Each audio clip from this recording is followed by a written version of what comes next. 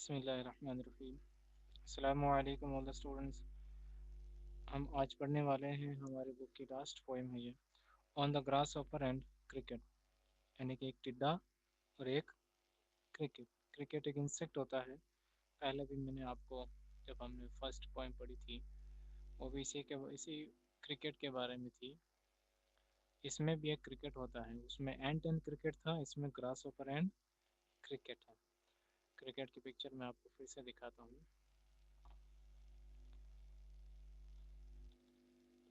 ये देखें आप स्क्रीन पे, आपको ये चीज़ दिखा, आप देखते होगे ये चीज़ सर्दियों में, है ना। चलो पोएम पढ़ते हैं हम।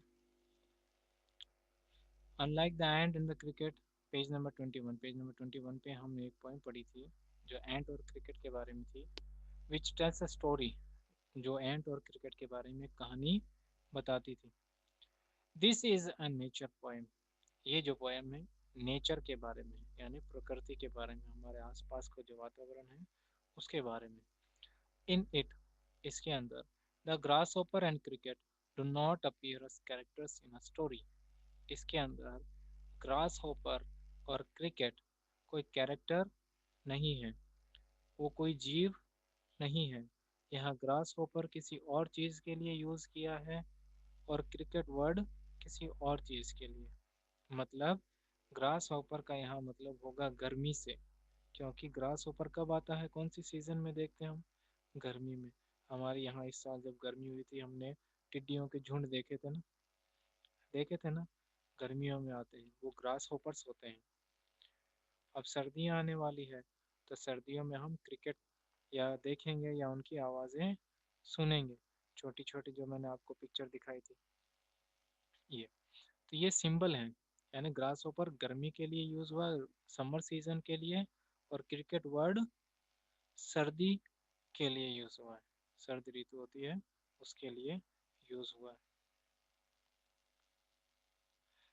Rather they act as symbols, इसके अंदर ये कैरेक्टर्स नहीं होंगे बल्कि सिंबल होंगे, जो मैंने आपको बताया ना कि इनको जो है सर्दी और गर्मी माना गया है। ईच सजेस्टिंग समथिंग एल्स, और दोनों का इसका अंदर मतलब कुछ और होता है, कुछ अलग अलग बातें ये हमें बताते हैं। Read the poem and notice how the poetry of earth keeps on through summer and winter in a never ending song. तो हम पोएम को पढ़िए और पता लगाइए कि कैसे एक अर्थ की पोयम, यानी जो अर्थ जो गीत गाती है, वो कैसे सर्दियों में और गर्मियों में, यानी हर ऋतु में चलते रहते हैं, उसके गीत खत्म नहीं होते हैं। इसका मतलब ये है कि हमारे आसपास का जितना वातावरण है, इसके अंदर जितने भी छोटे बड़े जानवर रहते हैं, वो हर अपनी सीजन के अंदर वो हमें दिखाई देते हैं। और ऐसा नहीं होता कि कभी जो है सर्दियों के जानवर हमको सर्दियों में नहीं दिखाई दें, है ना, क्योंकि हमारे यहाँ कई सारे बाहर से पक्षी उड़ करके आते हैं ठंडे इलाकों से, क्योंकि हमारे यहाँ उन इलाकों से कम ठंडी रहती है इसलिए। और गर्मियों के अंदर भी ऐसा होता है कि हम ऐसे जानवर देखते हैं जो सर्दियों में हमको दिखाई नहीं देते। हमारे घर के अंदर भी अगर हम देखें तो ये लिजर्ड रहती है, छिपकली, गर्मियों में नजर आती है, सर्दियों में गायब हो जाती है। तो ये किस तरह से हमारी पृथ्वी है, या जो हमारा आसपास का जो वातावरण है, ये समर और विंटर में चलता ही रहता है, रुकता नहीं है। हु सिंग्स द सॉन्ग, अब ये गीत गाता कौन है, देखें। पोइट्री पढ़ेंगे पहले, द पोएम पढ़ेंगे sorry. The poetry of earth is never dead when all the birds are faint with the hot sun and hide in cooling trees. A voice will run from hedge to hedge about the new mown mead. That is the grasshopper's. He takes the lead. In summer luxury he has never done with his delights, for when tired out with fun, he rests at ease beneath some pleasant weed. The poetry of earth is ceasing never. On a lone winter evening when the frost has wrought a silence, from the stone that shrills. The cricket's song is in warmth increasing ever, and seems to one in rosiness half lost. The grasshoppers among some grassy hills. John Keats poem को लिखने वाले हैं John Keats. The poetry of earth is never dead when all the birds are faint with the hot sun and hide in cooling trees. A voice will run from hedge to hedge about the new mown mead. That is the grasshopper's. He takes the lead. In summer luxury he has never done with his delights, for when tired out with fun, he rests at ease beneath some pleasant weed. The poetry of earth is ceasing never on a lone winter evening when the frost has wrought a silence from the stone that shrills.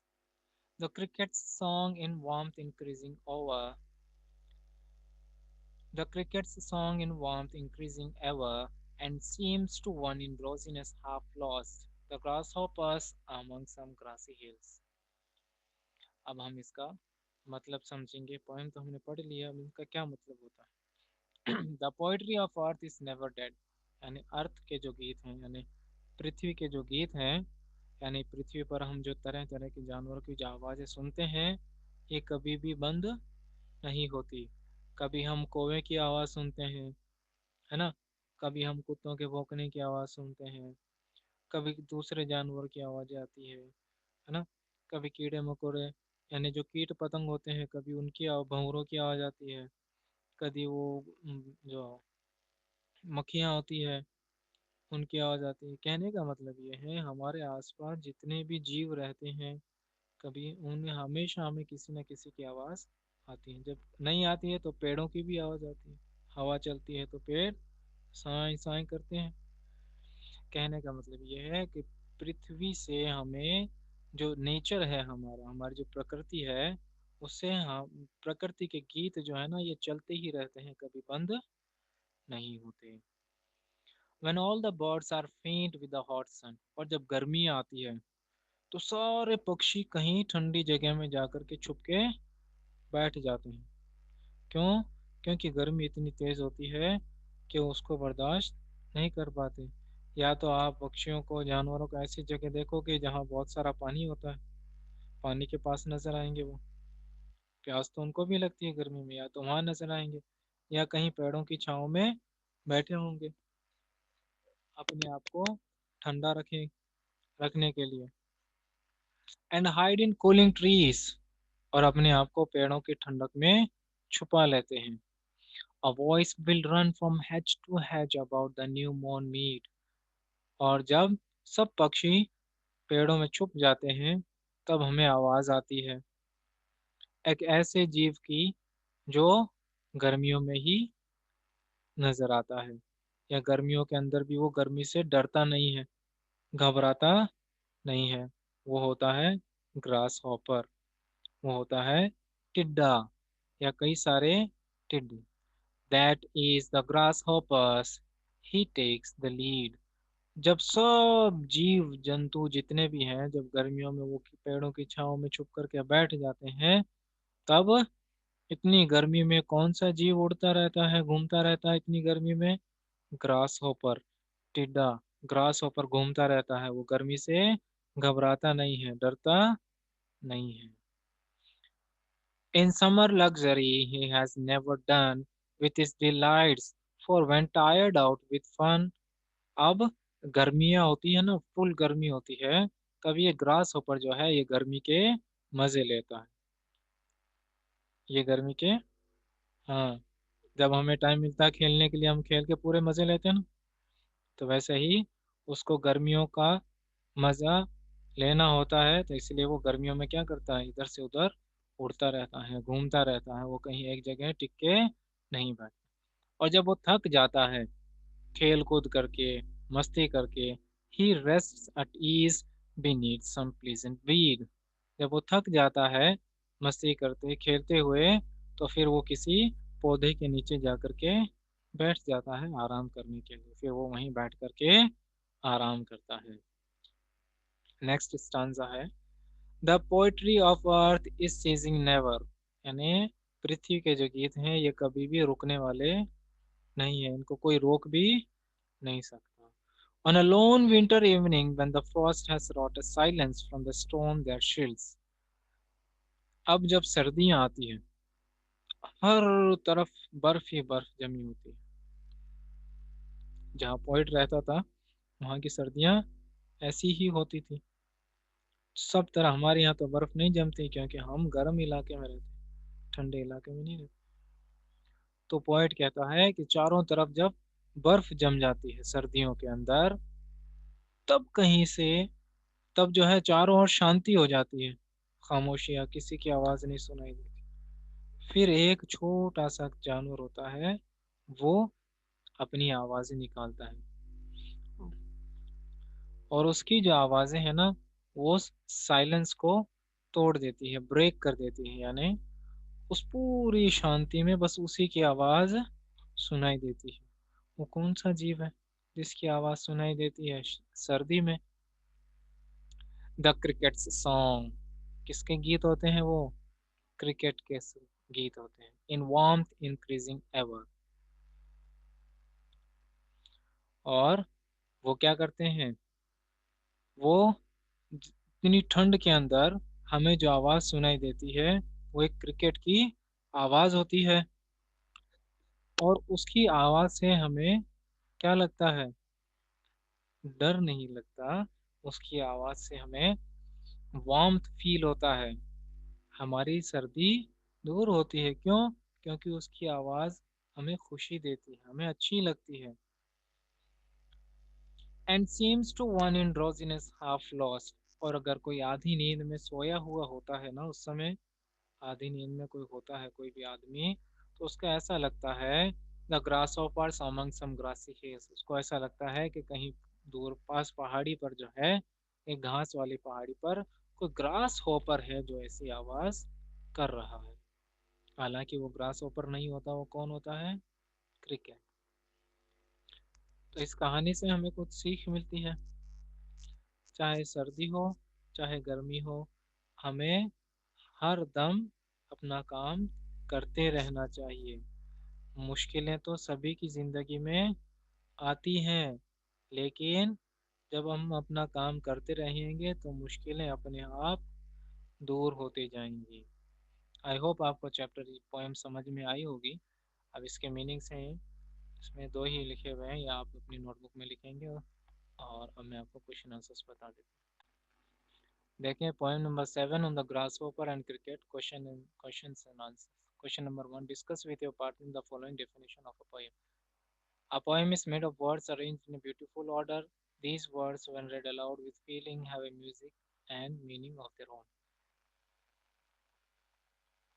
इसका discussion है कि भाई poem की क्या definition लिखी हुई है, उसको डिस्कस किया गया। आगे देखिए।